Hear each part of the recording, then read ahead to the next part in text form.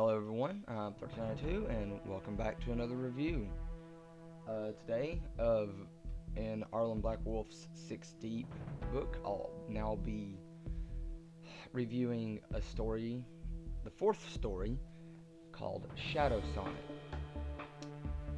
Uh, Pretty much, the story starts off with one Caroline Hart. She is basically, it starts her off in an insane asylum, because when she was a child, she witnessed her father's brutal murder, and it, screwed her up from there. While she was here in the institute, she was basically tortured by one of the nurses, who was a huge bitch.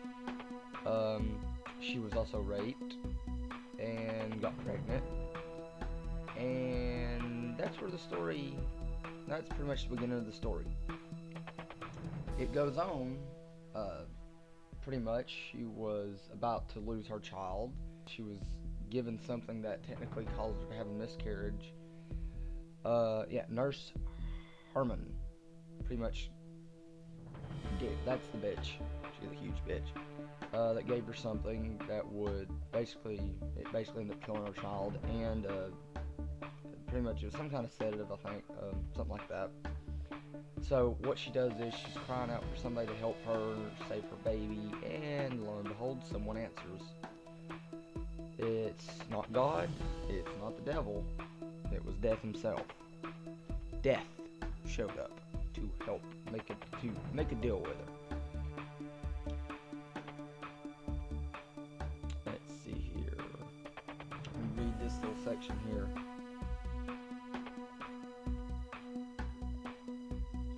Someone, please. Fading fast.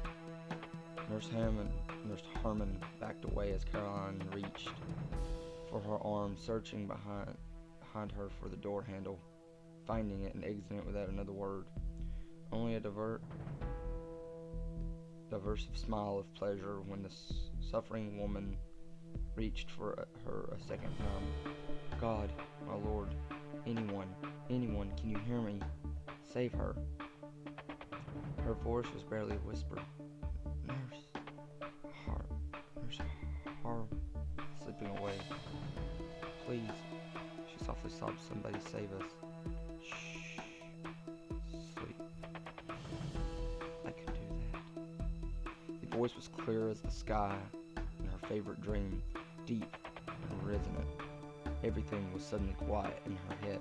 No voices, no unwanted thoughts tumbling loudly through her stream of consciousness.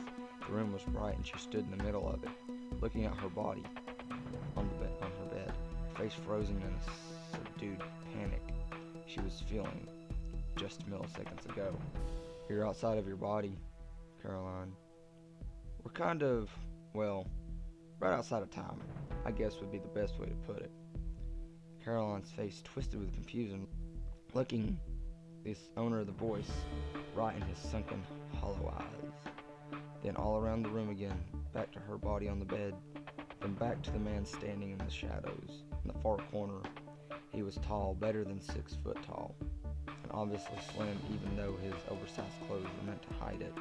His black hooded sweatshirt had a big gray skull on the front, and the hood, which he was wearing up, was enormous, draping down over his eyes. 3 long chains of different sizes hung across his hip, attached at his front belt loop, and on the wallet in the back pocket of his loose-fitting jeans, like the one Caroline remembered the goth kids up the street from her house having worn, the one with the really wide legs. On each of his fingers was a skull ring, all different, except for the ring on his middle finger. That ring was a big silver sight that covered his finger from knuckle to knuckle. As he crossed the floor, his black boots made almost no sound at all. He looked at Caroline a moment, almost as if he were about to smile. I can help you, Caroline. You and your daughter. Yes, it's a girl. You two have to help me, though. that's how this story starts off. Pretty much makes a deal that he'll save him, but her daughter, Carolyn's daughter, has to become his apprentice, which is pretty cool, I guess, in a very messed up way. And from there, pretty much her daughter, he saves her daughter, they make the deal. Nurse Harmon gets fired, gets her license pulled, because the head doctor caught her about to administer a drug to a pregnant woman that would, kill the baby and all that fun stuff. Her newfound clarity afforded her the luxury of questioning things. And here's death. The only one who gives a shit about helping you, apparently. Did God show up and freeze time just to talk to you? Nope. Did Satan come and try to take your soul in exchange for the favor of saving you and your baby? Indecidably, don't ever do that. That guy has some real problems. And more often than not, it ends up being a sex thing. So yeah, avoid that if it ever comes up. Pretty much, that was the funniest part. That's like Death's personality. He's kind of a smart ass. But being that old, sarcasm gets you through a lot of stuff. Yeah, pretty much. Her daughter ends up becoming his apprentice basically, her daughter's whole story goes, she was very social, very smart, all these things. She's also very good with music, which her mother sat there and thought about it being, supernatural, because her and her father couldn't carry a tune, and she has no idea about her Ed Gein of a father, basically one of the crazy dudes that raped her. So basically, she points that it had been supernatural. She remembers the deal with death and just kind of tries to ignore it.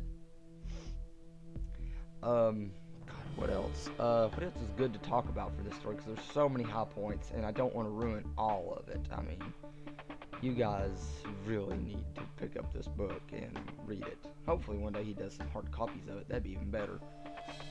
Start at about the age of 10, she starts becoming antisocial. She doesn't like being around people, but even though she wants to be around people. So by the time she's in high school, wanting to go to parties and all this, she realizes, hey, if I take a bunch of drugs, it works. I can stand to be around people. Thing is, she's doing so many assorted drugs that it should have actually killed her, and it didn't. Like doing enough, popping enough pills, she should have died from it. Doing enough dope of all kinds that it should have killed her, and it didn't. So she had to find a balance, or else she'd start doing some outrageous things, like getting into 4 or 5 person orgies at a time. Yes, it talks about that. Does not show anything.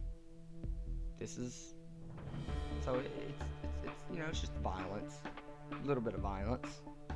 It's probably kid friendly, because violence is kid friendly, isn't it? Is it not? Her and her friends start a band, and they call themselves Shadow Sonnet. It's all about that band, all about the first band. So, and apparently Death can see the future. That's even funnier, I think. That'd be a fun way to mess with somebody. It's like, oh yeah, you got a few decades left. Don't tell me that. It's hilarious. Pretty much they get big real quick. The whole supernatural thing, shooting them up to stardom, because Death is the one just sitting there gently pulling each little string to make it work. And it's so much fun. It is a great read for that reason. Alright, here we go. This might actually be another good part to read for you guys. Your mom and I, we made this deal. See, she was about to lose you, and she cried out for help from anyone who might be listening. Lucifer didn't see any way to benefit from it, selfish bastard. What most humans call God, I'll explain later, wasn't interested in you at all, being as you would have been recycled and reborn as someone else. So I stepped in after consulting with, him. Keith, Danny, please come here, Kira blurted out loud. Panic burst of terror. Death made a flicking motion as his right hand and the black curtain fluttered, then slid aside. They can't see or hear shit right now. They think you're out getting some food. thanks to my superior acting skills and impeccable shape-shifting talents. So, in the famous words of Eddie Wilson, let's get on with the music. Yeah, Arlen's is a huge music fan, so there's no doubt that there's going to be some musical references in here. A lot of them, in fact. That's what this whole thing revolves around. It's awesome. Pretty much the whole point of getting getting her as an apprentice, he needs her to be a type of what he called a red cloak in this. A harvester merely goes and picks up souls. A red cloak in his story, they actually help death along. Like, something will happen and it's like, well, this person's being a bastard, so let's just give them a little push to the edge and then they die. So basically, he's turning her into a very special type of red cloak, which she uses her music to cause death. Or he does. Or she does. Who knows how that really works. So yeah, little things like that. It's worth the story. I mean, the story's great. It's musically inclined. There's death in it. It gives a good spin on this afterlife thing. He gave a really great spin on it. It's something new and something fresh to this kind of still genre. Hopefully there's more people out there right like this that just haven't been found yet. And yeah, definitely a lot. I hope he keeps this. I really know he's gonna keep this up. It's really good stuff. And I've got 2 more stories to read in this book, guys, and I can't stress enough about how much you need that all of you within the sound of my voice should go to Wattpad and read this book. And also, Howlers, definitely check out this book. Check out Arrlen Black Wolf. You can find him on Facebook. You can find him on Facebook. And, well, like and subscribe.